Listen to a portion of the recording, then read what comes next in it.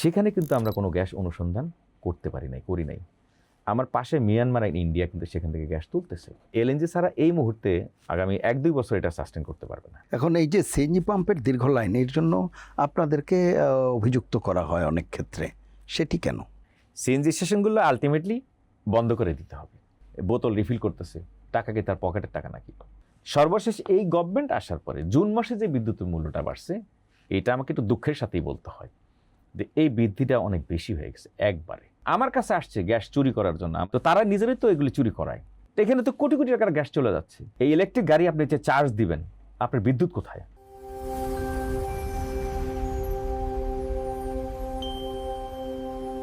আমন্ত্রণ প্রত্যেককে। চর্চার নিয়মিত আয়োজন বাণিজ্য চর্চায় আপনাদের সাথে আছি আমি আমিনুল মজলিস। দর্শক, আপনারা জানেন আমরা এই অনুষ্ঠানে অর্থনীতির নানা চ্যালেঞ্জ ও সম্ভাবনা নিয়ে আলাপ করি। আজ আমরা আলাপ করব গ্যাসের সংকট নিয়ে। আসলে গ্যাসের বিষয়টি আমাদের দৈনন্দিন জীবনে একটি অন্যতম অনুষঙ্গ। রান্নাঘর থেকে বাণিজ্য কিংবা পরিবহন, প্রতিটি ক্ষেত্রেই গ্যাসের প্রয়োজন হচ্ছে। নিত্যদিন আমরা গ্যাস ছাড়া ভাবতেই পারি না। এরকম একটি অবস্থায় সিএনজি পাম্পগুলোতে দেখেছি দীর্ঘ লাইন, ব্যবসায়ীদের আক্ষেপ, গৃহিণীদের অভিযোগ, সরকারের আশ্বাস। কি হচ্ছে সেই বিষয়গুলো নিয়ে আমরা আজকে আলাপ করব। আমাদের সঙ্গে স্টুডিওতে রয়েছেন এই আলাপে বাংলাদেশ সিএনজি স্টেশন ওনার্স অ্যাসোসিয়েশনের নির্বাহী সদস্য জনাব মোহাম্মদ ওয়াহিদ খান।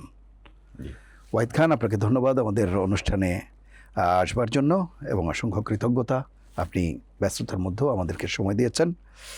আমরা জানতে চাই প্রথমেই যে বিষয়টি, সেটি হচ্ছে এই যে গ্যাসের সংকট, এটি কি আসলে মানে এর কারণ কি? গ্যাসের ঘাটতি নাকি ব্যবস্থাপনাগত ত্রুটি? কি হয় আপনি একটু বলবেন। ধন্যবাদ আপনাকে আমাকে এখানে আমন্ত্রণ জানানোর জন্য। আসলে এখনকার যে ক্রাইসিসটি, মূলত এটা আমাদের, আপনারা হয়তো বিভিন্ন পত্রিকায় শুনেছেন, এবং আমাদের সরকার এখন যারা দায়িত্ব পালন করছেন, দায়িত্বপ্রাপ্ত মন্ত্রী তিনি এবং পেট্রো বাংলা, তাদের কাছ থেকে আমরা যতটুকু জেনেছি যে আমাদের নিজস্ব গ্যাস যেটা হয় আমরা উৎপাদন করি, সেটা দিয়ে আমাদের কোনোভাবেই এটা ফুলফিল হয় না। যার কারণে মানে বিদেশ থেকে এলএনজি আমদানি করতে হয়। সে এলএনজি যেভাবে আমদানি করা হয় সেটা সমুদ্রে একটা ফ্লোটিং টার্মিনালে এটা খালাস করা হয়। তো সেখানকার একটা টার্মিনাল ক্ষতিগ্রস্ত হয়েছে, আজকে প্রায় 15-16 দিন হয়ে গেল। তো সেই টার্মিনাল যেহেতু এখনও রিপেয়ার করতে পারে না, বিদেশ থেকে লোকও আসছে, তো গ্যাসটা ঠিকমতো তারা ডিস্ট্রিবিউশন করতে পারছে না। বিধায় এখন আসলে সংকটটা বেশি চরম আকার ধারণ করছে। তবে এই সংকট আসলে নতুন না, গ্যাসের ক্রাইসিস আর অনেক আগের থেকেই। কিন্তু এখন এই গত কিছুদিন যাবত যেটা আপনারা দেখছেন যে যেই পরিমাণ গাড়ি রাস্তাঘাটে মাইলকে মাইল 6 ঘন্টা 7 ঘন্টা দাঁড়ায় আছে, তো এটার বড় কারণ হচ্ছে এলএনজি তারা এখন পাস করতে পারতেছে না, অর্থাৎ টার্মিনালে খালাস করতে পারতেছে না। এটা হচ্ছে বড় কারণ এই মুহূর্তে। আচ্ছা, এখন একটি বিষয় হচ্ছে, আপনি বলছিলেন যে এই সংকট নতুন নয়, দীর্ঘদিনের যে সংকট, এটি সমাধানের চেষ্টা আমরা কতটুকু করলাম? যদি আমরা একটু পেছন থেকেও যাই, এই সরকার তো নির্বাচিত সরকারের বয়স 6 মাস, তাদেরকে হয়তো দোষ দেওয়া, it's too early to say any comment about them, but বিগত সময়ে, কারণ রাষ্ট্রের বয়স 5 দশকের উপরে, এই সময়ে আমরা কেন এই সমস্যার সমাধান করতে পারলাম না বা সমস্যার মধ্য দিয়ে যাচ্ছি? কি মনে হয় আপনার কাছে? আমার কাছে যেটা মনে হয়, একটু পেছন থেকে যেতে হয়। গ্যাস আমাদের জাতীয় একটা সম্পদ। আমাদের নিজের দেশ থেকেই বাংলাদেশে কয়েকটা জায়গার থেকে, জেলার থেকে গ্যাস ওঠে। এখানে বিদেশি কয়েকটা কোম্পানি গ্যাস তোলে, আবার বাপেক্স যেটা আছে আমাদের এখানে, তারাও কিছু কূপ খনন করে গ্যাস তোলে। তো গ্যাস যেভাবে আসলে আমরা পাচ্ছিলাম, আমরা একসময় চিন্তা করছিলাম আমরা গ্যাস এক্সপোর্ট করব। তো এখন পরবর্তীতে গ্যাস যতটুকু উঠতেছিল, আমাদের দেশে ইন্ডাস্ট্রিও প্রচুর হয়েছে। যেই পরিমাণে ইন্ডাস্ট্রি হয়েছে, সেই ক্ষেত্রে এই ইন্ডাস্ট্রিতে এবং গাড়িতে সব কিছু মিলায় যেই পরিমাণ গ্যাস আমাদের চাহিদা, সেই পরিমাণ গ্যাস আমরা উৎপাদন করতে পারি নাই। কেন পারি নাই সেটা হচ্ছে রাষ্ট্রের বয়স আপনি বলছেন প্রায় 55 বছর হয়েছে। বিভিন্ন সরকার বিগত দিনে আসছে। তো যতটুকু উত্তোলন করা হইতো একটা সময় আমাদের চাহিদা হয়ে যেত, কিন্তু পরবর্তীতে যখন চাহিদা বাড়তেছে, চাহিদার সাথে তাল মিলিয়ে আর তাল করা মিলিয়ে হয় না। আমরা করা হয়নি। পাশাপাশি আমরা আমাদের নিজস্ব যে গ্যাস আছে সেটাকে আমরা উত্তোলন করার চেষ্টা করি নাই। কেন করলাম না?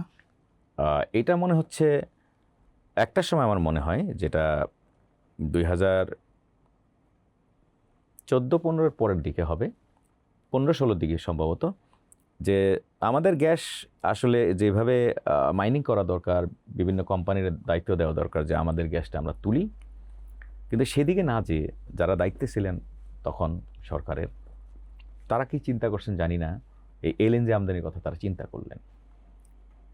তো এলএনজিতে প্রায় 40% মতো মনে হয় এলএনজি যেটা আমদানি করলেন সেটাতে দেশের চাহিদা মিটে। তো এখন এলএনজি যাদেরকে আমদানি করতে দিয়েছেন তৎকালীন সময়, সেটা তারাই ভালো জানেন কেন নিজস্ব গ্যাস না তুলে তাদেরকে দিলেন আমদানি করতে। এখানে কয়েকটা কোম্পানিকে দিছে, আপনারা জানেন। এখানে টার্মিনাল আছে যেমন সামিট আর এক্সেলেটার কোম্পানির, আর গ্যাসটা গভর্নমেন্ট টু গভর্নমেন্ট চুক্তি আছে জানি কাতার আর ওমানের সাথে, কিন্তু গ্যাসটা যারা আনে এইখানে তো থার্ড পার্টিও এটার সাথে ইনভলভ। এখন তারা কেন তাদেরকে সুযোগ দিচ্ছেন সেটা তারাই ভালো বলতে পারবেন। কিন্তু আপনার কাছে মানে এটি যে কেউ যদি এই আশঙ্কা করে বা এই চিন্তা করে যে এখানে আমদানিতে যতটা ব্যক্তি পর্যায়ে লাভ হবে রাষ্ট্রের লাভের চেয়ে ব্যক্তি পর্যায়ের লাভ বেশি হবে, উত্তোলনে হয়তো সেটি হবে না, সেই জন্যই কি এই ধরনের চিন্তাভাবনা, এটি কি বলার সুযোগ আছে? হতে পারে, বাট অনেকটা খুবই স্বাভাবিক। আমি যদি আমার দেশের নিজস্ব গ্যাস তুলি, সেটা উত্তোলনের পরে পাইপলাইন দিয়ে আমার ন্যাশনাল গ্রিডে চলে যাবে, এবং যারা গ্যাস ইউজ করে তো তারা তাদের গ্যাস ব্যবহারের পরে তাদের মিটার অনুযায়ী বিল দিবে তাদেরকে, সেক্ষেত্রে পুরো টাকাটাই সরকার পাবে। এখন সেটা না হয়ে যদি এরকম আমদানি করা হয় কোনো কিছুতে, সেই ক্ষেত্রে যাদেরকে এটা দেওয়া হয়েছে বেনিফিট তো তারা হবেই। মানে সেই চিন্তা থেকে এরকম করা হতে পারে। আচ্ছা আচ্ছা, একটি বিষয়, এটি একটি বিষয়। এখন যে নতুন গ্যাসে আমরা যথেষ্ট বিনিয়োগ করার আপনার কাছে কি মনে হয় এখন মানে সেই প্রয়োজনীয়তা তৈরি হয়েছে? নিঃসন্দেহে মানে আমাদের কূপ খননে এটা তো একেবারে খুবই প্রয়োজন এখন। কারণ আপনি এই এলএনজি যে আমদানি করে আমাদেরকে এখন প্রাথমিক যে ঝামেলাটা কিছুটা আপনি ফুলফিল করতে পারছেন, কিন্তু আপনি পাশাপাশি জানেন যে মিডল ইস্টে একটা যুদ্ধ চলতেছে ইরানের সাথে আমেরিকার। এই যুদ্ধ যদি বন্ধ না হয় এবং টার্মিনাল আমার যাই আছে, আমার যদি পাইপলাইনে আপনার ওই এলএনজির জাহাজ না থাকে, জাহাজ যদি আসতে না পারে, তাহলে তো ভয়াবহ সংকট সামনে আকার ধারণ করবে।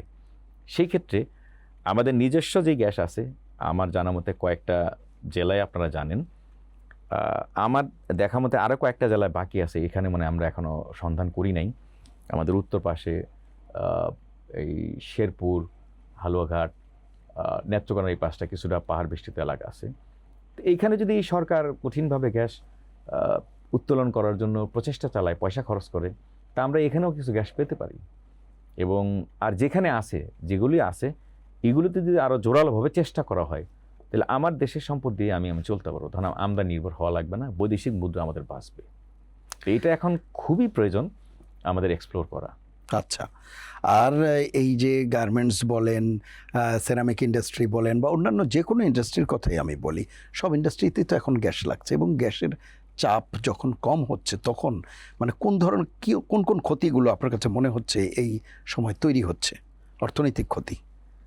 দেখেন, আমি যেহেতু আমার সিএনজি সেক্টরটা, এটা একটু আগে বলি জি, যে এইখানে আমাদের বাংলাদেশে প্রায় 550-র উপরে সিএনজি স্টেশন ছিল, এখন হয়তো 500-8-10টা আছে, অনেকগুলো বন্ধ হয়ে গেছে।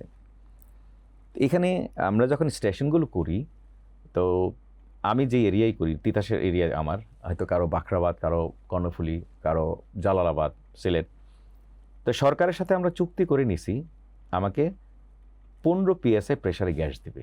আচ্ছা, সেই অনুযায়ী আমার মেশিনও লাগানো, অর্থাৎ 730 ধরেন আমার মেশিন কিউবিক মিটার পার আওয়ারে উৎপাদন করবে। তো সেখানে তো গ্যাস আমরা পাচ্ছি না ঠিক মতো। 15 PSF পাচ্ছেন না? না, সেখানে আমরা পাচ্ছি গত 6-7 বছর ধরে বলতে পারেন সর্বোচ্চ 5, কখনো 6। তাতে করে কি 4 ক্ষতিটা হচ্ছে আপনাদের? এটার সবচেয়ে বড় ক্ষতি দেখেন, আপনি হয়তো একটু হিসাব করলে বুঝতে পারবেন যে আমার প্রতি ঘন্টায় 15 PSI যদি গ্যাস থাকে, আমি 730 কিউবিক মিটার গ্যাস উৎপাদন করতে পারবো। সেখানে যদি এটা 5 PSI ধরেন থাকে 15 জায়গায়, তাহলে আমার প্রতি ঘন্টায় কত উৎপাদন হবে? তার 3 ভাগের 1 ভাগ, অর্থাৎ 730 জায়গায় আপনি সর্বোচ্চ হয়তো 170 কিউবিক মিটার গ্যাস উৎপাদন করতে পারবেন। এই উৎপাদন করতে এটার জন্য আমার যে জ্বালানি খরচ, আমার কিন্তু মূল হচ্ছে বিদ্যুৎ, পাশাপাশি কারাকর স্টেশন আছে গ্যাস দিই ক্যাপটিভ পাওয়ারের। তা আমার কিন্তু কস্ট একই, লেবার কষ্ট একই, লেবার কস্ট একই, কিন্তু আমি প্রোডাকশনে পাচ্ছি 170, আমার পাওয়ার কথা 730। আচ্ছা এখানে আমার বিদ্যুৎ বিল, অন্যান্য খরচ ব্যাপক বৃদ্ধি পাচ্ছে। আমি গ্যাস কোনোভাবেই মানুষকে দিতে পারছি না। এই ক্ষেত্রে গাড়ি যারা নিয়ে আসে তারাও 600-700 টাকা গ্যাস পাওয়ার কথা, সেও কিন্তু নিয়ে যাচ্ছে তখন 200 থেকে 150 টাকার গ্যাস। এই কারণে লাইন কিন্তু আরও বেশি। এটা হচ্ছে আমার সেক্টর। পাশাপাশি গার্মেন্টসের কথা যদি বলেন, ইন্ডাস্ট্রি, অনেকগুলো ইন্ডাস্ট্রি তৈরি হয়েছিল, গার্মেন্টস তৈরি হয়েছিল, তাদেরকে গ্যাস লাইন তারা গ্যাস দিবে সরকার, ধরেন 15 PSIতেই। তো তারাও কিন্তু অনেক কম প্রেশারে গ্যাস পাচ্ছে, আবার এখন অনেকে পাচ্ছেই না। তো যেই পরিমাণ ধরেন গার্মেন্টসের অর্ডার আছে, এই সামনেই ধরেন ক্রিসমাসের একটা অর্ডার থাকে বড়দিনের খ্রিস্টানদের, ইউরোপে আমেরিকা যেহেতু যায়, তো তাদের যে মানে অর্ডারগুলো আছে, এই গ্যাস না থাকার কারণে আপনারা হয়তো জেনে থাকবেন পত্রিকাগুলো আসে, তারা এই অর্ডারগুলো টাইম মতো শেষ করতে পারবে না। শেষ করতে না পারলে বায়ার এই মালগুলো টাইম মতো যদি দিতে না পারেন, তারা নিবেও না। এই মালগুলোতে তখন কিন্তু স্টক লট হয়ে যাবে। তো যেই পরিমাণ গার্মেন্টস ইন্ডাস্ট্রিতে বৈদেশিক মুদ্রা অর্জন করে তারা বলে ধরেন এক্সপোর্ট করে, এটার ভয়াবহ ক্ষতি হবে, চরম আকার ধারণ করবে। তো সেক্ষেত্রে এইরকম ধরেন ইন্ডাস্ট্রি যারা আছে, লোকাল ইন্ডাস্ট্রি, তাদেরও প্রোডাকশন অনেক কম হবে, সরবরাহ কম হবে, জিনিসপত্রের দামও বেড়ে যাবে। লোকাল যেগুলো আছে ধরেন ময়দার মিল, আটার মিল যেগুলি আছে ধরেন, মূল্য বৃদ্ধি পাবে, এবং এটাতে ওভারঅল রাষ্ট্রের সবারই ক্ষতি হবে। আচ্ছা আচ্ছা, সেই ক্ষেত্রে সরবরাহ ব্যবস্থায় আপনার কোন ধরনের উদ্যোগ নেওয়া উচিত বলে আপনি মনে করেন গ্যাসের ক্ষেত্রে? তো আমি লং টার্ম যদি চিন্তা করেন, সেই ক্ষেত্রে আমাদের নিজস্ব গ্যাস যেটা আছে, ন্যাচারাল গ্যাস, আমরা ছোটোবেলায় মানে বইও পড়ছি যে আমাদের বৈদেশিক মুদ্রা অর্জনের বড় বড় রাস্তা কি, সেটার মধ্যে দেখছি আমরা চা, চামড়া, পরবর্তীতে গ্যাস, পাট, পরবর্তীতে গ্যাস। এটাতে আমাদের একটা ফরেন কারেন্সিও আসবে, আমরা এক্সপোর্ট করতে পারি। আর আমাদের প্রাকৃতিক সম্পদের মধ্যে যেটা বলা হয় সেটা হচ্ছে 1 নম্বরে গ্যাস, কিছুটা তেল। তো এখন এইটা বাড়াইতে হলে সত্যি কথা যেটা, আমাদের নিজস্ব কূপ খনন করা লাগবে অনেক বেশি। সরকারি একটা প্রতিষ্ঠান আছে, তারা কতটুকু কী করে জানি না। আমি মনে করি এটা প্রাইভেট সেক্টরে ইন্টারন্যাশনাল টেন্ডার করে বিদেশিদেরকে দিলে, আমার দেশীয় লোক যারা আছে তাদের অনেক পয়সা আছে, তারা যদি এগুলো অনুসন্ধান করে গ্যাস উত্তোলন করতে পারে, সরকারের সাথে একটা এগ্রিমেন্টে তারা যাবে, তো সেই ক্ষেত্রে এটা কিছুটা আমাদের উপকার আসতে পারে। আর আমাদের পাশেই দেখেন, একসময় এই গভর্নমেন্টের আগে, অর্থাৎ যেই সরকার চলে গেছে, আওয়ামী লীগ সরকার, ওই সময় দেখা গেছে আমাদের সমুদ্রের একটা সীমারেখা নিয়ে একটা মামলা ছিল ইন্টারন্যাশনাল। সেই মামলায় কিন্তু আমাদের দেশ অনেক বড় একটা এরিয়া সমুদ্রের পাইছে। তো পাওয়ার ফলে সেখানে কিন্তু আমরা কোনো গ্যাস অনুসন্ধান করতে করি নাই। আমার পাশে মিয়ানমার আর ইন্ডিয়া কিন্তু সেখান থেকে গ্যাস তুলতেছে তাদের এরিয়া থেকে, কিন্তু আমাদের সেই জিনিসটা করা হয়নি। তো এই গ্যাসটা যদি আমরা উত্তোলন করতে পারতাম, নিজস্ব গ্যাস, তাহলে আমাদের ইন্ডাস্ট্রি হয়তো নতুন করে আরও কিছু আমরা করতে পারতাম, এবং দেশের অর্থনৈতিক চাকা আরও বেশি ঘুরত। তো এইটা হচ্ছে সময়ের দাবি। আর এখনকার সময় যদি বলেন, এই মুহূর্তে যে ক্রাইসিস চলতেছে, এইটাকে বাঁচায় রাখার জন্য যেটা শুনছি যে একটা রুগী মারা যাওয়ার সময় সবচেয়ে বড় জিনিস একটা ইঞ্জেকশন দেয় লাস্ট, এটার নাম কি ভুলে গেলাম, ইঞ্জেকশনটা কোরামিন নাকি ইঞ্জেকশন বলে, আচ্ছা, যেটা দিয়ে রুগী বাঁচায় রাখে। ওই বাঁচায় রাখার মতো অবস্থা হচ্ছে এলএনজি। আচ্ছা, এলএনজি ছাড়া এই মুহূর্তে আগামী 1-2 বছর এটা সাস্টেন করতে পারবে না। আর যদি সেটা না আনতে পারে, তাহলে আমাদের ম্যাক্সিমাম ফ্যাক্টরি, স্টেশন, গার্মেন্টস এগুলি সব বন্ধ হয়ে যাওয়ার অবস্থা হবে, এবং হবে, অলরেডি বন্ধ হয়েছে অনেকগুলো। আচ্ছা আচ্ছা। এখন এই যে সিএনজি পাম্পের দীর্ঘ লাইন, এর জন্য আপনাদেরকে অভিযুক্ত করা হয় অনেক ক্ষেত্রে, সেটি কেন? আমাদেরকে আসলে অভিযুক্ত করা হয় যারা করে, ধরেন আপনি জানেন এই সিএনজি আপনি স্টেশনগুলোতে রেখে দিচ্ছেন না, আপনার কাছে আছে কিন্তু তারপরে দিবেন না, কিংবা আপনি হয়তো মজুত করবেন, কিংবা আপনি হয়তো পরে দাম আরও কোনোভাবে বৃদ্ধি করতে চান, এরকম নানান রকম বিষয় অভিযোগ আচ্ছা, আচ্ছা। থাকে। এই বিষয়টা আসলে অজ্ঞতার বশতেই মানুষের আসে। আপনি জানেন সিএনজি চালিত গাড়ি সাধারণত যারা চালায়, থ্রি হুইলার যেটা সিএনজি, আর কিছু কমার্শিয়াল ধরেন পাঠাও, উবার, তারপরে ধরেন কিছু রেন্টেকার, কিছু ট্রাক, কিছু ছোট ছোট কাভার্ড ভ্যান, আর প্রাইভেট সেক্টরে ধরেন যারা স্বল্প আয়ের মানুষ 1500 সিসি গাড়ি চালায়, তারাই কিন্তু সিএনজি চালিত গাড়ি চালানোর জন্য রাস্তাঘাটে নামে, এবং যেহেতু খরচ কম, তো সেক্ষেত্রে ওই ড্রাইভারদের আসলে আর যারা আছে তাদের যে ধারণা এটা সম্পূর্ণই ভুল। কারণ এখানে সিএনজি পাম্পে মজুত করার কোনো বিষয় নাই এখানে। কারণ এখানে আমি 730 কিউবিক মিটার প্রতি ঘন্টায় উৎপাদন করি, তা আমার স্টোরেজ ক্ষমতায় থাকে সর্বোচ্চ ধরেন এখানে 1500 বা 2000 কিউবিক মিটার, যেটা সিলিন্ডার থাকে, এর চেয়ে বেশি গ্যাস এখানে রাখা যায় না। আর তারা গ্যাসের যে চাপ নাই, যেটা হচ্ছে মূল হচ্ছে যে প্রেশার নাই, প্রেশার না থাকার কারণে কিছু কিছু স্টেশন মেশিনই চলে না, কম্প্রেসার চলে না। এই কম্প্রেসার চালাইতে আবার লাগে হচ্ছে বিদ্যুৎ, কোনো কোনো জায়গায় বিদ্যুৎও থাকে না। আর যেই পরিমাণ প্রেশার আছে কোনো কোনো মেশিন সেই প্রেশারে চলে না। সর্বনিম্ন যদি 2 PSI থাকে 15 জায়গায়, তাহলে কিছু কিছু মেশিন চলে, আর কিছু কিছু মেশিন 2-এর উপরে না হলে চলে না। তো এই যে ধরেন যখনই একটু প্রেশার বাড়ে 3 হয়, তখন গ্যাসটা আসে, কিন্তু দীর্ঘ লাইন কিন্তু তখন হয়ে যায় গ্যাস নেওয়ার জন্য। আচ্ছা। তো তাদের একটা কষ্ট, 6 ঘন্টা 7 ঘন্টা তারা দাঁড়ায় থাকে, অপেক্ষা করে, তারপরে গ্যাস পায় না। তো এখন নানান জন নানান কথা বলে। আসলে এখানে স্টেশন মালিক যারা আছে তারা তো দিতে পারলে তাদেরই লাভ, তাড়াতাড়ি দিতে পারলে তাড়াতাড়ি লাভ। এখন স্টেশনে ধরেন একটা গাড়ি রিফিল করতে লাগে সর্বোচ্চ 2 থেকে 2.5 মিনিট। এখন যখন নাকি প্রেশার কম থাকে তখন তারা গ্যাসও পায় কম, রিফিল টাইমও বেশি লাগে, তার যার কারণে লাইনটা অনেক বেশি বেড়ে যায়। আর সবচেয়ে বড় বিষয় হচ্ছে এখন যে লাইনটা, এটা আপনার মূলত হচ্ছে গ্যাসের ক্রাইসিস। পাইপলাইনে গ্যাস নেই, আমরা গ্যাস পাই না, আমরা দিতে পারি না। মালিকদের কোনো এখানে সুযোগই নেই গ্যাস না দেওয়ার। আচ্ছা, আপনারা এই মুহূর্তে কি ধরনের আর্থিক চাপে আছেন? আর্থিক চাপের কথা বলতে গেলে আসলে আপনাকে আর কি বলবো, আমরা সত্যিকার অর্থে ধরেন কারো কারো হয়তো ওই সিএনজির পাশাপাশি অন্য কোনো ব্যবসা আছে, সে হয়তো তার লাইফটা সার্ভাইভ করতেছে, কিন্তু সিএনজি স্টেশন শুধুমাত্র যার আছে, এটার উপর যদি কারো চলতে হয়, তিনি গত 1.5-2 বছর যাবৎ যদি নিজের জায়গা থাকে তিনি টিকে আছেন, আর যদি কারো ভাড়াকৃত জায়গা থাকে বা লিজ নেওয়া জায়গা থাকে, তিনি মাসে মাসে অন্তত 1.5-2 লাখ টাকা লস গুনতেছেন 1.5-2 বছর। কিন্তু গত জুন মাস থেকে এই লসের পরিমাণটা যারা ভাড়া চালিত জায়গায় সিএনজি স্টেশন করছে অথবা অন্য কারো জায়গায় গিয়ে কমিশন ভিত্তিতে স্টেশন স্থাপন করছে, তাদের এই লসটা প্রায় মাসে 4 লাখ থেকে 5 লাখ টাকা হয়ে গেছে। এই মুহূর্তে যদি সরকার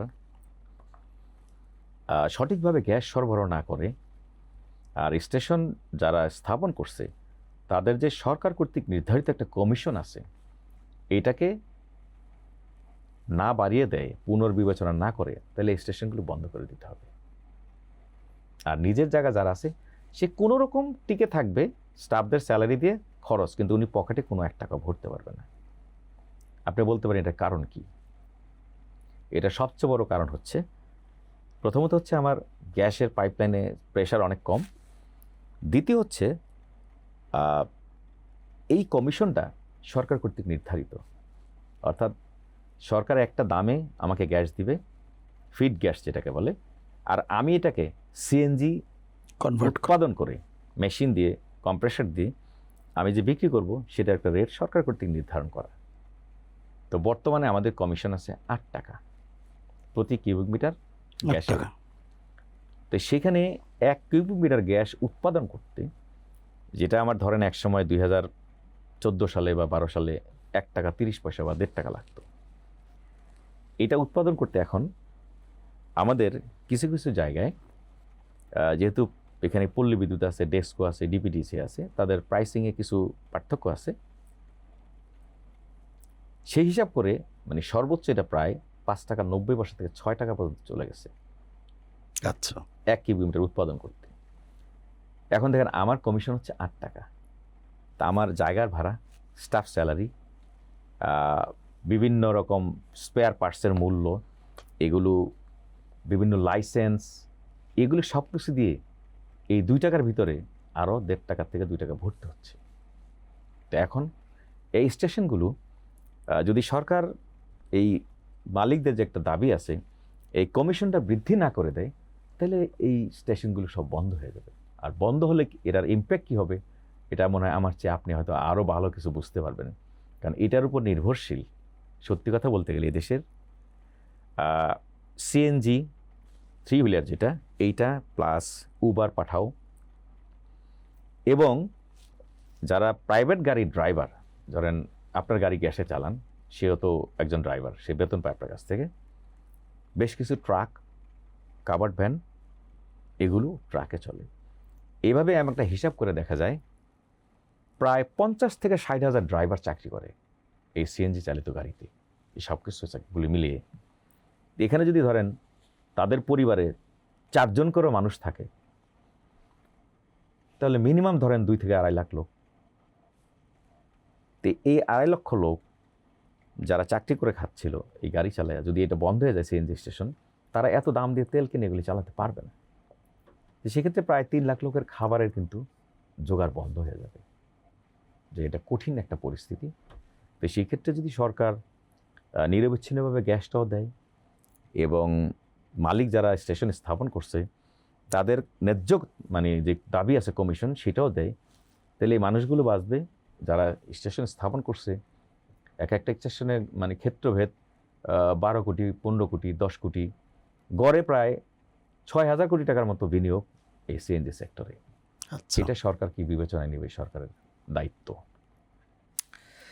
আরেকটি বিষয় আপনি বলবেন যে যেহেতু আমরা সিএনজি চালিত গাড়ির কথা বলছিলাম, সিএনজি চালিত গাড়ির নিশ্চয় একটা ইতিহাস আছে, যে কখন থেকে সিএনজি চালিত গাড়ি আসলো, কিভাবে আসলো এবং কোন তাগিদ বা উদ্দেশ্য থেকে আসলে আসলো, সেই উদ্দেশ্য কতটা মানে সেই পারপাসটা সার্ভ হলো কতটা সার্বিকভাবে। কারণ আমি জানি যে দীর্ঘদিন থেকেই এই সেক্টরের সাথে আছেন, খুব কাছ থেকে দেখেছেন, এবং ইদানিং আপনি সরকারের বিভিন্ন নীতি নির্ধারণী মহলের মিটিংয়েও যাচ্ছেন, স্টিয়ারিং কমিটিতেও আছেন।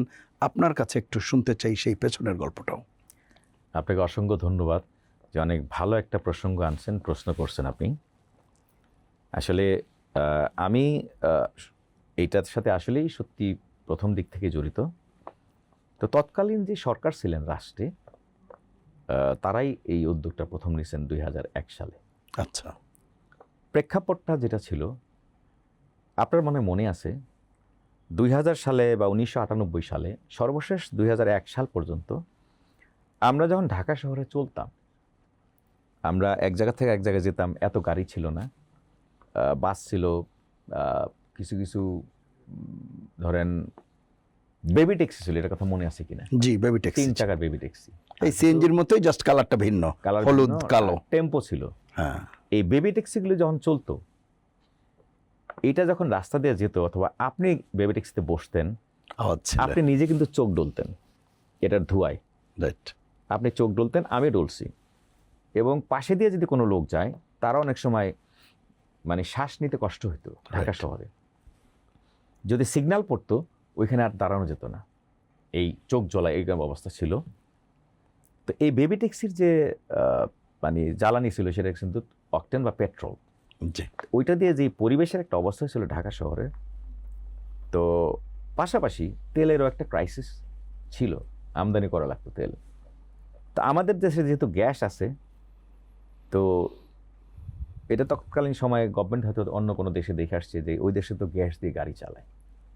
তো পরীক্ষামূলকভাবে আমাদের দেশে একটা স্টেশনে স্থাপন করে সরকার কিছু গাড়ি এই সিএনজিতে কনভার্ট করে চালায়, দেখছে যে এখানে কোনো রকম কোনো ধোঁয়া নাই, কোনো কালার নাই ধোঁয়ার। তো এটা তো কষ্ট খুব সেফ, এবং এইভাবে যদি চলে তাহলে তো এই শহর রক্ষা করা যাবে। পরিবেশ দূষণ করা থেকে রক্ষা করা যাবে। তখন কিন্তু সরকারি একটা প্রতিষ্ঠান তৈরি করলেন সরকার, আরপিজিসিএল নামে, আচ্ছা, রূপান্তরিত প্রাকৃতিক গ্যাস কোম্পানি। তারা একটা স্টেশন স্থাপন করলো সরকারিভাবে, মানে পাইলট হিসাবে। তখন দেখলো যে এটা খুব ভায়াবল। শেষে তারাই, এই আরপিজিসিএল এর কর্মকর্তা যারা আছেন, তারাই বিভিন্ন তেলের পাম্পে যে নিজেরা রিকোয়েস্ট করা শুরু করলেন মালিকদের যে ভাই আপনারা গ্যাস পাম্প করেন, আমরা সার্বিক সহযোগিতা করব।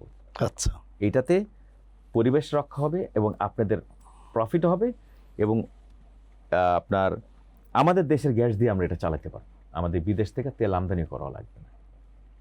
তো তখন আস্তে আস্তে মানুষ এটার দিকে উদ্বুদ্ধ হয়, মোটিভেটেড হয়।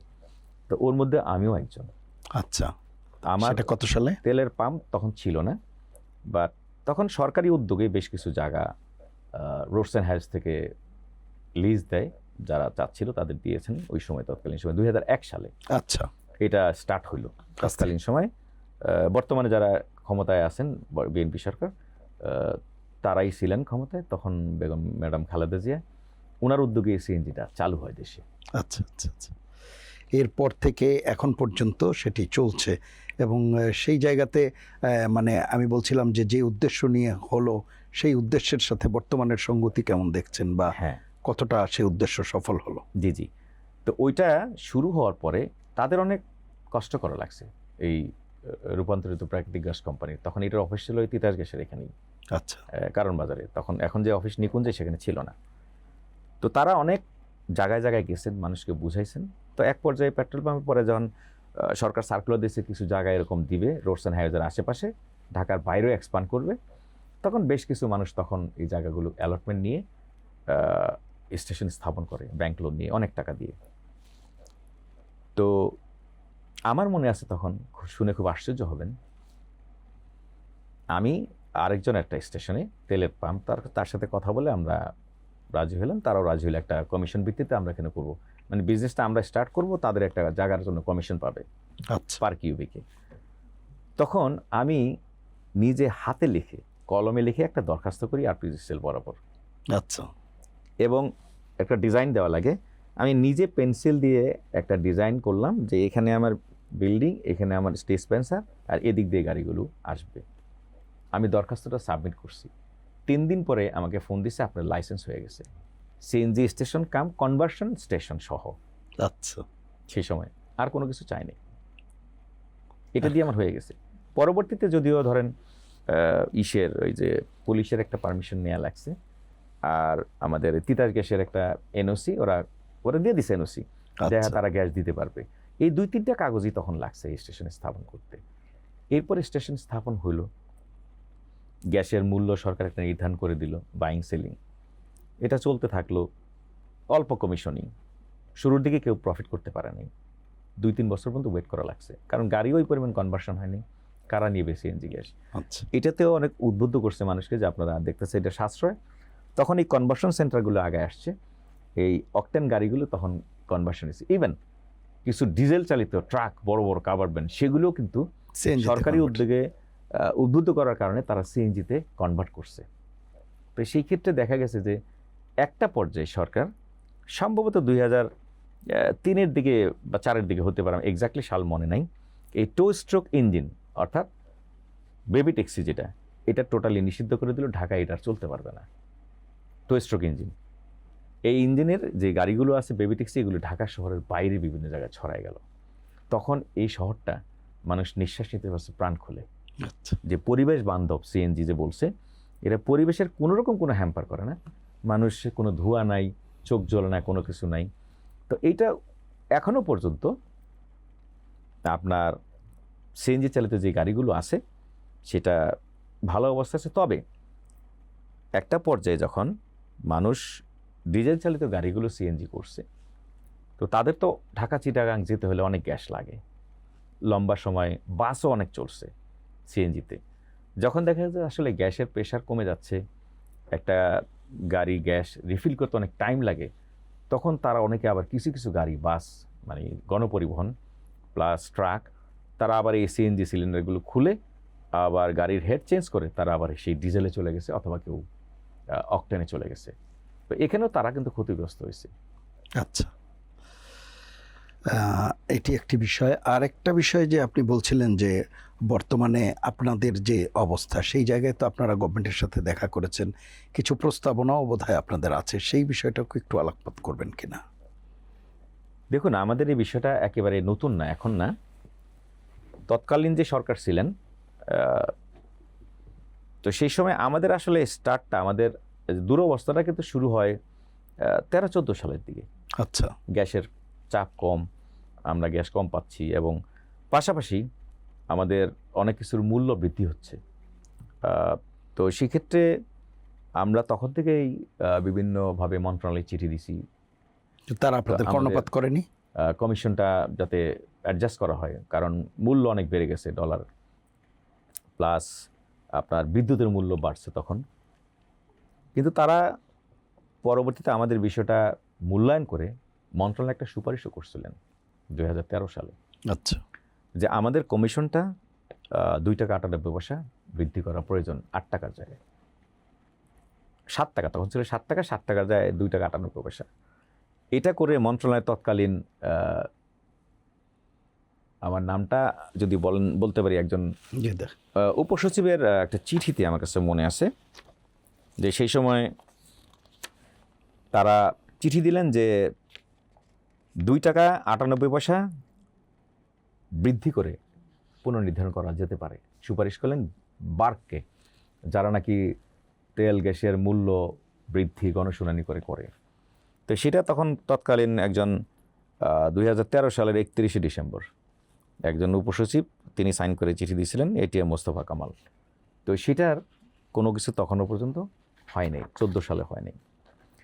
15 সালে এসে আপনার আমরা দেখলাম, অপেক্ষা করলাম, তখনও কোনো কিছু হয়নি।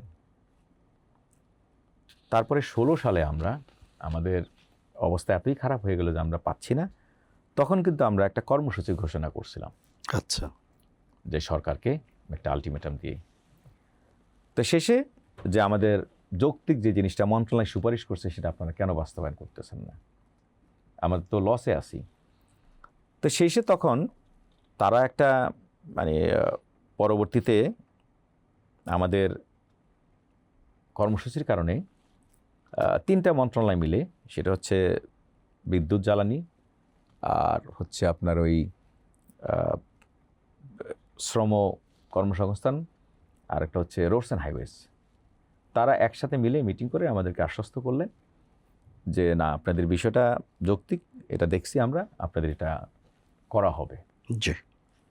তো ওই আশ্বাসের ভিত্তিতে আমরা সেটা উইথড্র করছি। শেষে 17 সালে এসে একটা গণশুনানির মাধ্যমে তারাও ফিড গ্যাসের মূল্য বৃদ্ধি করে, আমাদের সিএনজির কমিশন 1 টাকা মাত্র বৃদ্ধি করছিল 17 সালে। তো সেই 17 সাল থেকে 1 টাকা বৃদ্ধি করার পরে 8 টাকা হলো 7 টাকা থেকে। আচ্ছা। আজকে কোন সাল? 26 সাল। 17 সাল যদি পিছনে হিসাব করি, তাহলে কত বছর হয়? 10 9 বছর। কিন্তু 15 সালে আসলে তারা 15 সালে তারা গ্যাসের মূল্য বৃদ্ধি করছিল 1 টাকা। তো কমিশনটা 8 টাকা হলো, কিন্তু আমার রয়ে গেছিল কিন্তু 1 টাকা 98 পয়সা, 2 টাকা 98 পয়সা তারা সুপারিশ করছিলেন। তো সেটা কিন্তু আর বাড়ায় নেই। তো 16 সালে ওই ইসে যাওয়ার পরে তারা বললেন না, ঠিক আছে, এটা করা হবে, কিন্তু এরপরে আর করা হয় নাই। এটা সুপারিশও গেছে মন্ত্রণালয় থেকে, এটা বার্ককে চিঠি দিচ্ছে যেটা করা হোক, আর করে নাই। কিন্তু এই 17 সালের পরে 2026 সালের মে মাস পর্যন্ত বিদ্যুৎ মূল্য বৃদ্ধি করছে সরকার 7 বার। আচ্ছা। গ্যাসের মূল্য তো বৃদ্ধি করা হয়েছে, 7 বার বিদ্যুতের মূল্য বৃদ্ধি করছে, পাশাপাশি গ্যাসের মূল্য বৃদ্ধি করছে, কিন্তু আমাদের কমিশন 1 পয়সা বৃদ্ধি করে নাই। তা আমার যেই গ্যাসের মূল্য বৃদ্ধি করেছে সেটি আপনাদের কমিশন না?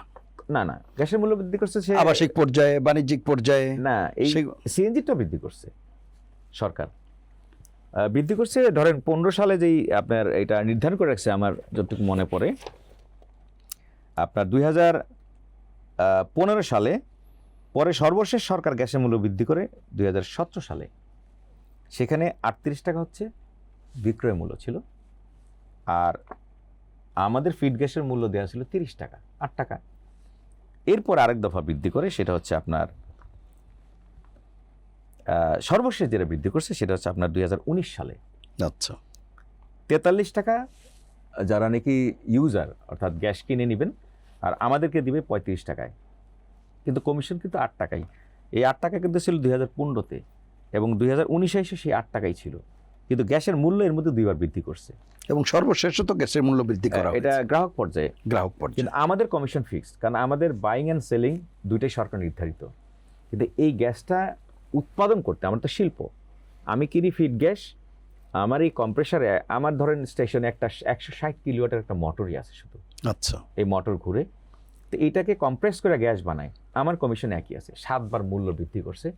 সরকারের সুপারিশ ছিল 2013 সালে যে কমিশন বৃদ্ধির পাশাপাশি বিদ্যুতের মূল্য যতবার বৃদ্ধি হবে, অথবা এই সিএনজি স্টেশন চালার জন্য যেই জ্বালানি লাগে, কিছু কিছু স্টেশন আপনার ওই যে গ্যাসই চলে, গ্যাস ড্রিভেন জেনারেটর দিয়ে চলে, তো দুইটার যেটাই মূল্য বৃদ্ধি করা হোক, স্বয়ংক্রিয়ভাবে আমার কমিশনটাকে বৃদ্ধি করা লাগবে, এটা সুপারিশ ছিল। কিন্তু এই সুপারিশ কোনোটাই বাস্তবায়ন করে নাই তৎকালীন সরকার। তো তৎকালীন সরকারের সময় আপনারা কি পদক্ষেপ নিলেন? কারণ এখন তো অর্থনীতির বলা হয় একটা ভঙ্গুর অবস্থা, অর্থনীতির নানা দিকে নানা সমস্যা, বিশেষ করে বিগত সরকারের সময়ে প্রতিষ্ঠানগুলো, ব্যাংকিং সহ নানা প্রতিষ্ঠান একেবারে ধ্বংসের মুখে। সেই জায়গায় অর্থনীতি যেখানে এত ভঙ্গুর অবস্থা, তখন আপনারা সরকারের কাছে এই কমিশন বৃদ্ধির দাবি কেন করছেন?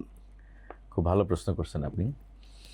আপনার মনে হয় বিষয়টা ভালো করেই জানা আছে যে 17 সালের পরে আমরা শুধুমাত্র বিভিন্ন দপ্তরে চিঠি দিয়ে গেছি। নাকি প্রভাবশালী মন্ত্রী ছিল এই জন্য পারেননি? মন্ত্রণালয়ে চিঠি দিছি, পেট্রোবাংলায় চিঠি দিছি, বার্কলে চিঠি দিছি, এবং আমাদের অ্যাসোসিয়েশনে যারা দায়িত্বপ্রাপ্ত ছিলেন তারাও যোগাযোগ করছে, কিন্তু কোন বিশেষ কারণে আর এটা নিয়ে তারা আগাইতে পারেন নাই। কোনো বিশেষ কোনো বিষয় এখানে হয়তো বা থাকতে পারে, প্রেশার আপনারা দেখেন, তখন তো মানুষ আসলে সেভাবে রাস্তাঘাটে আন্দোলনও করতে পারে না, এই সুযোগ ছিল না। ছিল কি মিটিং মিছিলও করতে পারে না 17 সালের পর থেকে তেমন একটা।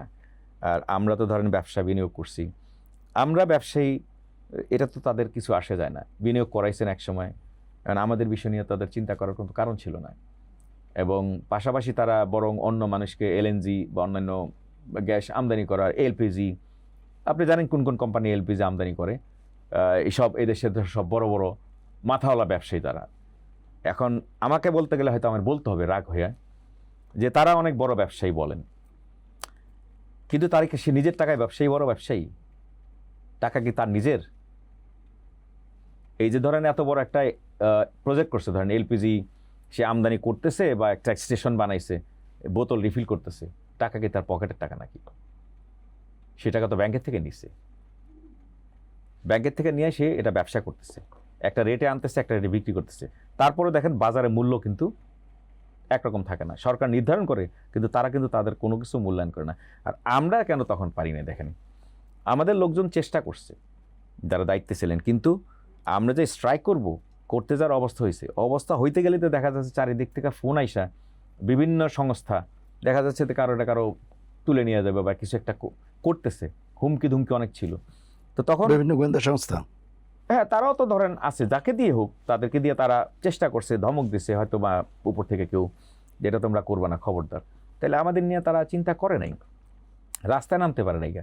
আর নিজেদের মধ্যে ধরেন কিছুটা অনৈক্য ছিল মালিকদের মধ্যে, কারণ সরকারপন্থী ছিল, পক্ষে ছিল, ধরেন সরকারের পক্ষের লোকও ছিল, এটা সব সরকার আমলই থাকে। এবং কারো নিজস্ব জায়গা ছিল যে তার খুব একটা লস হচ্ছে না, আগে আসে নাই, যার কারণে আমরা এত স্ট্রং কোনো দাবি করতে পারিনি। কিন্তু বর্তমান সরকার মাত্র 6 মাসের সরকার, এর আগে কিন্তু আরেকটা সরকার ছিল, আপনি জানেন, ইন্টারিম গভর্নমেন্ট। তাদের আমলে আপনার কত আন্দোলন হয়েছে, মিটিং মিছিল হয়েছে, বাড়িঘর ঘেরাও করছে তৎকালীন প্রধান উপদেষ্টার। কিন্তু আমাদের এই সেক্টর যারা ব্যবসা করে তারা সবাই কম বেশি শিক্ষিত মার্জিত সভ্য ব্যবসায়ী। তারা রিয়েলাইজ করছে, আমরা রিয়েলাইজ করছি যে এখন মানুষ এতদিন পারা নেই, এরা আসছে, এদের কাছে এই দাবি নিয়ে যে আমরা কি করব। কিন্তু আমরা আমাদের বিষয়টি নিয়ে গিয়েছি। তো তৎকালীন যে উপদেষ্টা ছিলেন এই ফজল করিম সাহেব, তিনি আমাদেরকে একটা কথাই বলছিলেন যে দেখেন আমরা অল্প সময়ের জন্য আসছি, তো যতদিন আমরা থাকি আমরা আসলে ভোক্তা পর্যায়ে কোনো কিছুর মূল্য গ্যাস বলেন, তেল বলেন, বিদ্যুৎ বলেন আমরা বৃদ্ধি করতে পারবো না। আপনারা অপেক্ষা করেন, সামনে যখন ইলেকশন হবে, রাজনৈতিক সরকার আসবে, সিদ্ধান্তগুলো তাদের কাছে আপনি দাবিটা তুলেন। এটা হচ্ছে আমরা আগে অফিসিয়ালি গেছি। তো যেহেতু এখন এই সরকার আসছে অল্প দিন, আমরা কিন্তু শুরুতেই যাইনি। আমরা আমাদের প্রক্রিয়া অব্যাহত রাখছি, মিনিস্ট্রিতে চিঠি দিছি, আমাদের সাথে মন্ত্রণালয় মিটিংও করছে একজন জয়েন্ট সেক্রেটারির মাধ্যমে। তারা আমাদের বিষয়গুলো শুনছেন, জানছেন এবং একমত হয়েছেন যে আমাদের দাবিগুলো যৌক্তিক। পেট্রোবাংলার সাথে আমরা বসছি, তারাও বলছেন আমার দাবিটা সম্পূর্ণ যৌক্তিক, কারণ 8 বার মূল্য বাড়ছে। সর্বশেষ এই গভর্নমেন্ট আসার পরে জুন মাসে যে বিদ্যুতের মূল্যটা বাড়ছে, এটা আমাকে একটু দুঃখের সাথেই বলতে হয় যে এই বৃদ্ধিটা অনেক বেশি হয়ে গেছে একবারে। আগেরগুলো 7 বার বাড়ছে ধাপে ধাপে, কিন্তু গভর্নমেন্ট বলছে 16%-এর মতো, কিন্তু আমরা জুন মাসের বিল দিতে গিয়ে দেখলাম 19% বিল বেশি দিতে হয়েছে। আমার স্টেশনের এর আগের মাসে যেটা বিল ছিল, একই পরিমাণ গ্যাস বিক্রি করে 7,44,000 টাকা, সেটা আমি জুন মাসের বিলে গিয়ে দিয়েছি 8,95,000 টাকা। কিন্তু আমার কমিশন কিন্তু 8 টাকাই, 1 পয়সা কিন্তু আমার বাড়ে নেই। এই টাকাটা আমি কোথা থেকে দিব? এবং এইভাবে যদি চলতে থাকে তাহলে সিএনজি স্টেশনের অবস্থা কী হবে? এইভাবে চলতে তো সিএনজি স্টেশন চলবে না। সিএনজি স্টেশনগুলো আলটিমেটলি বন্ধ করে দিতে হবে। আর গ্যাস যদি দিতে না পারে, এটার মূল জ্বালানি হচ্ছে গ্যাস, অর্থাৎ মানে র মেটেরিয়ালস যেটা আমি পাবো, র মেটেরিয়ালস হচ্ছে আমার গ্যাস, আর আমার ম্যানুফ্যাকচারিংয়ে আমার পাওয়ার হচ্ছে বিদ্যুৎ অথবা আবার গ্যাস। কারণ আপনি জানেন কি না, গ্যাসের লাইনে যে গ্যাসটা আমি কম্প্রেস করি সেটা হচ্ছে একটা লাইন, আর আমার জেনারেটর চালানোর জন্য আরেকটা লাইন। সেখানে একটা দুঃখের বিষয় আছে। তো মানুষকে উদ্বুদ্ধ করে এই যেই জেনারেটর চালানোর যে লাইনটা, সেটা অল্প 5 PS-এর, সেটা একসময় মূল্য অনেক কম ছিল। আচ্ছা, তো একটা পর্যায়ে এটার জন্য দায়ী অবশ্য ইন্ডাস্ট্রির লোকরা, গার্মেন্টসের লোকরা, যে তারা অনেকগুলো গ্যাস কানেকশন চাচ্ছিলেন, যে দরকার হলে গ্যাসের মূল্য বাড়াই দিয়ে আমাদেরকে আপনি গ্যাসের কানেকশন দেন যে আমরা ফ্যাক্টরি চালাতে পারি, তাদের গ্যাস দরকার। তখন সরকারি সুযোগটা নিয়েছে, এইটা ইন্টারিম গভর্নমেন্টের আমলে সম্ভবত। সেখানে 5 টাকা না 6 টাকার গ্যাসের মূল্য 30 টাকা হয়ে গেছে এক ধাক্কায়। তো এটা তো সিএনজির উপরে এফেক্ট হয়েছে।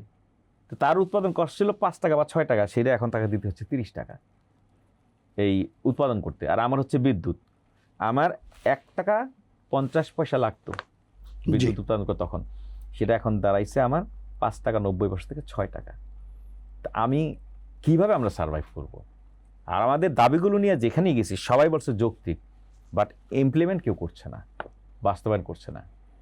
তো এইবারও আমরা এই সরকার আসার পরে সব জায়গায় গেছি, উত্থাপন করছি। একটা সুপারিশও মন্ত্রণালয় মানে লিখছে তাদের ইন্টারনাল বিষয়। তো সেখানে আমাদের বিষয়গুলি যৌক্তিক বলে তারা পজিটিভই চিন্তা করছে। কিন্তু আমরা পেট্রোবাংলায় গেছি, তারাও বলছেন। আর এই বার্কো বিষয়টা জানে।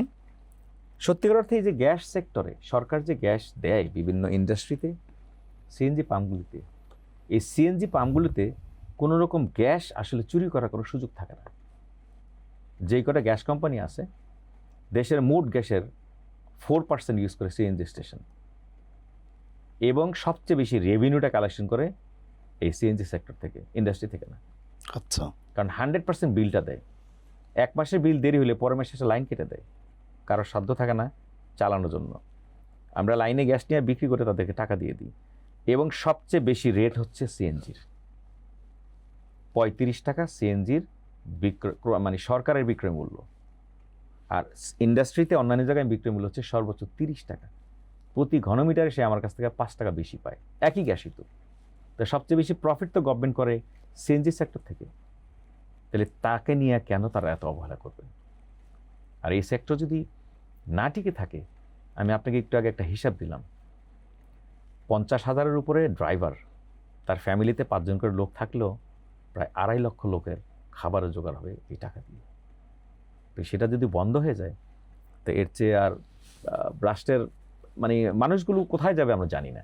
আর যারা এখানে বিনিয়োগ করছে, তারা এই মেশিনপত্রগুলো ওই কেজি দরে ধোলাই খালে বিক্রি করা ছাড়া কোনো রাস্তা থাকবে না।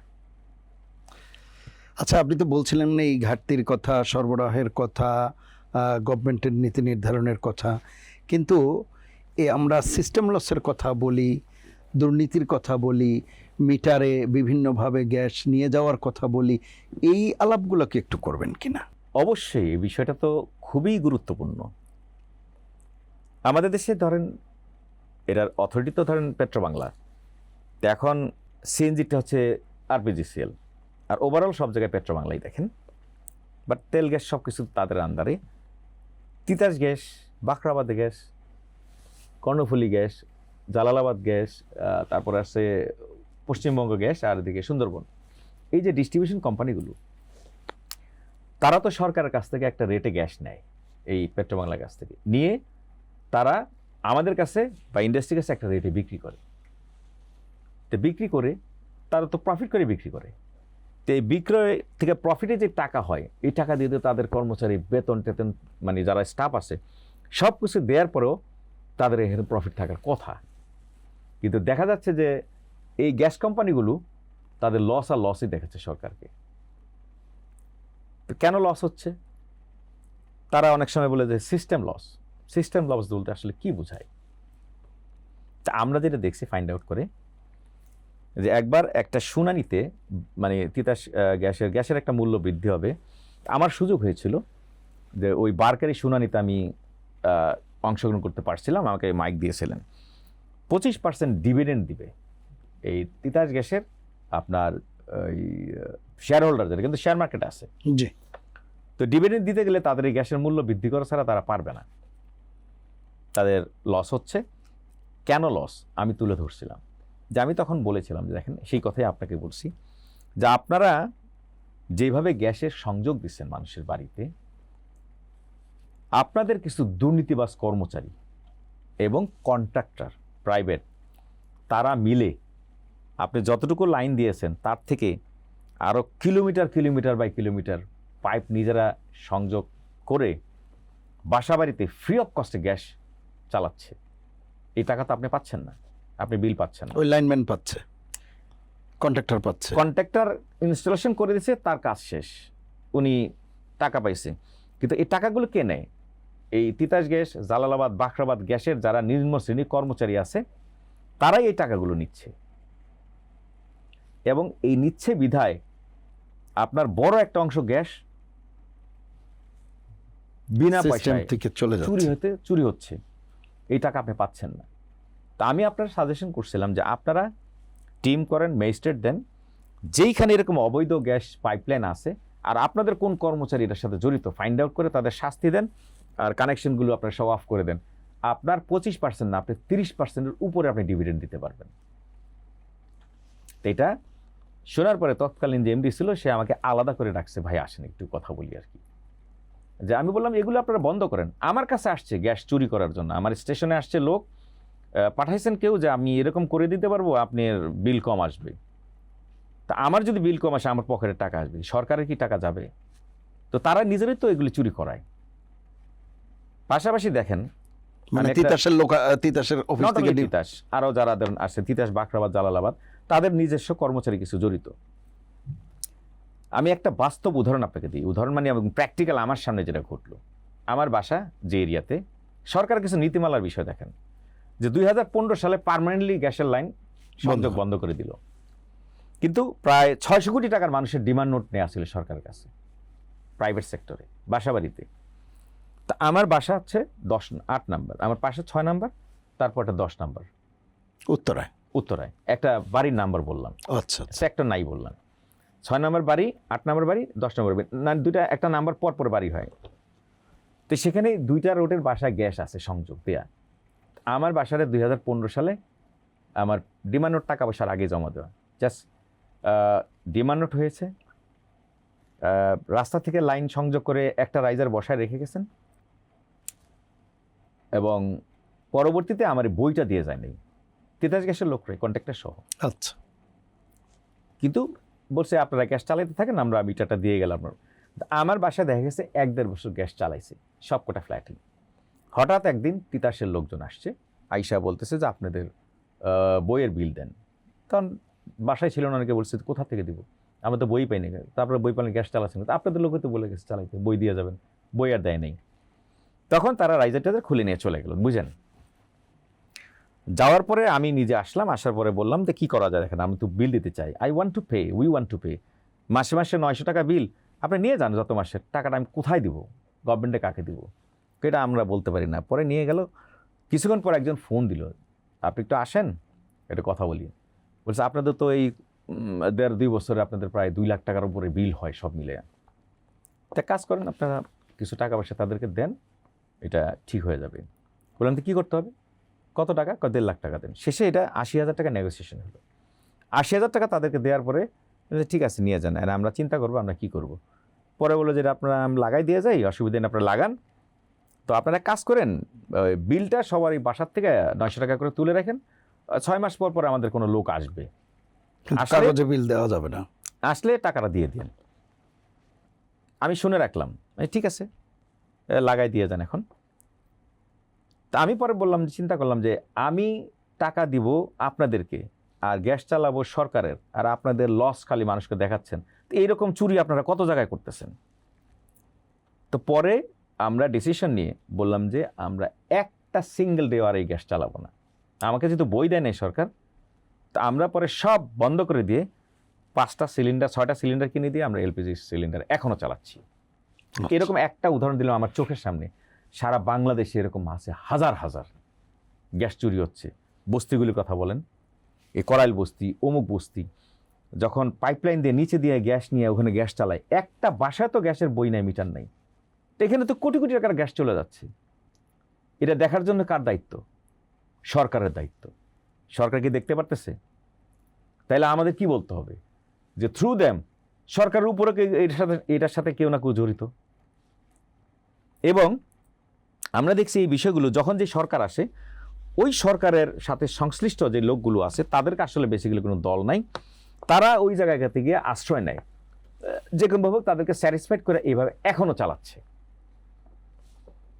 এখনও সেভাবে গ্যাস চালাচ্ছে। অথচ যারা টাকা দিয়ে রাখছে, এই বাসায় আছে এই বাসায় আছে, সে তোমাকে বিল দিতে চায়, তার কানেকশনটা তুমি করতেছো না, 15 সাল থেকে বন্ধ রাখছো। এটা কোন নীতিমালা? যে তোমার তো পাইপলাইন টানতে হচ্ছে না, এখানে আছে এখানে আছে, মাঝখানেটা তুমি সংযোগ দেয় বইটা দিয়ে দাও।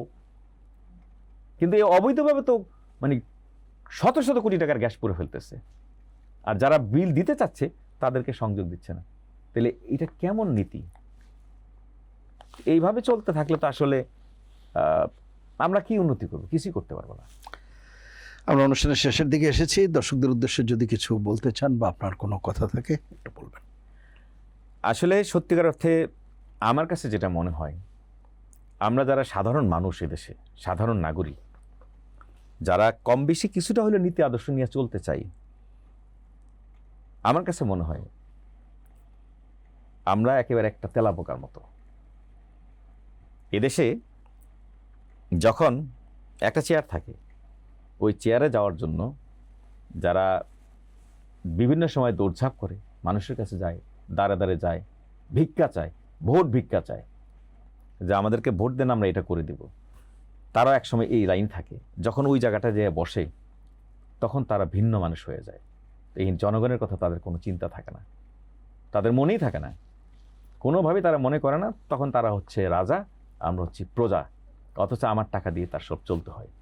তো সেই ক্ষেত্রে বর্তমানে যে একটা পরিস্থিতির মধ্যে আমরা বিরাজ করতেছি, এটার জন্য সর্বসম্মতভাবে মানুষের সহযোগিতা করা প্রয়োজন।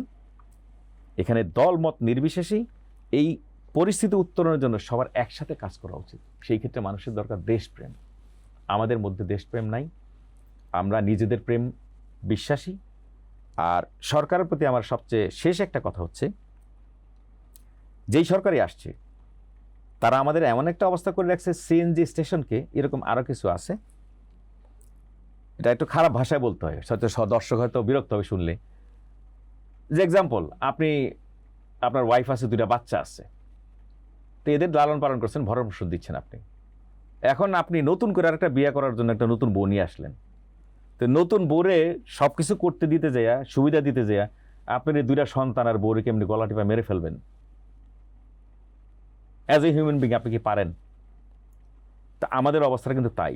কিভাবে? সরকার আসে, সরকার যায়, তো তারা নতুন নতুন চিন্তা নিয়ে আসে যে না, এখন সামনে যেহেতু একটা প্রজেক্ট নিয়ে আসছে যে ইলেকট্রিক গাড়ি, এখন এটা নিয়ে আসলে আমাদের অনেকে বোঝাচ্ছে যে এটা খুব ভায়াবল হবে, এটা পরিবেশের জন্য ভালো, আর সাশ্রয় হবে, খরচও কমবে। সেক্ষেত্রে আমরা মানে এখন পেট্রোল তেল এগুলি মাথায় নাই রাখি।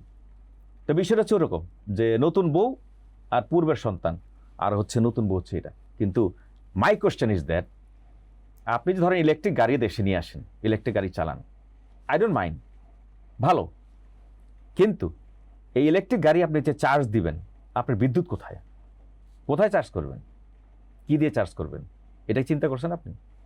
সোলার নিয়ে চিন্তা করছেন, সোলার দিয়ে করবেন, করেন, দেখেন কতটুকু হয়। তো একটাকে ধ্বংস করে দিয়ে আরেকটা করতে পারবেন না। প্যারালালি তো আপনি সবাইকে বাঁচায় রাখতে হবে, সন্তান এটাও আপনার, ওইটাও আপনার। জি, তো সেক্ষেত্রে আমার ধন্যবাদ। সর্বশেষ কথা হচ্ছে, আমি চাই সর্বশেষ এদেশের মানুষগুলো সবাই অন্তত কিছুটা আন্তরিক হোক, সৎ হোক, মানুষের চিন্তা চেতনা ভালো হোক, সরকারকে সহযোগিতা করুক। সরকারে যারা যায় তারা যেন আগে যে পাবলিক ছিল সেই পাবলিকের মতোই তারা রিয়েলাইজ করে, যে মানুষের কথাটা চিন্তা করে। অসংখ্য ধন্যবাদ জনাব মোহাম্মদ ওয়াহিদ খান আপনাকে অনুষ্ঠানে অংশ নেওয়ার জন্য। দর্শক, এই ছিল আমাদের বাণিজ্য চর্চায় আজকের আয়োজন। সম্মানিত আলোচক যেটি বললেন, গ্যাসের যে সংকটের আলাপ আমরা আজকে করলাম, এটি কেবলমাত্র একটি জ্বালানি নয়, এর সাথে দৈনন্দিন প্রয়োজনীয়তা যেমন জড়িত বাণিজ্য, কর্মসংস্থান, দেশের সার্বিক অর্থনীতি। তাই এই সংকট থেকে দ্রুত উত্তরণ করা যাবে সেই প্রত্যাশা আমাদের থাকবে সরকার কাছে। পাশাপাশি সংশ্লিষ্ট যারা রয়েছেন তারাও দায়িত্বশীলতার পরিচয় দেবেন, সেই প্রত্যাশায় বিদায় নিচ্ছি।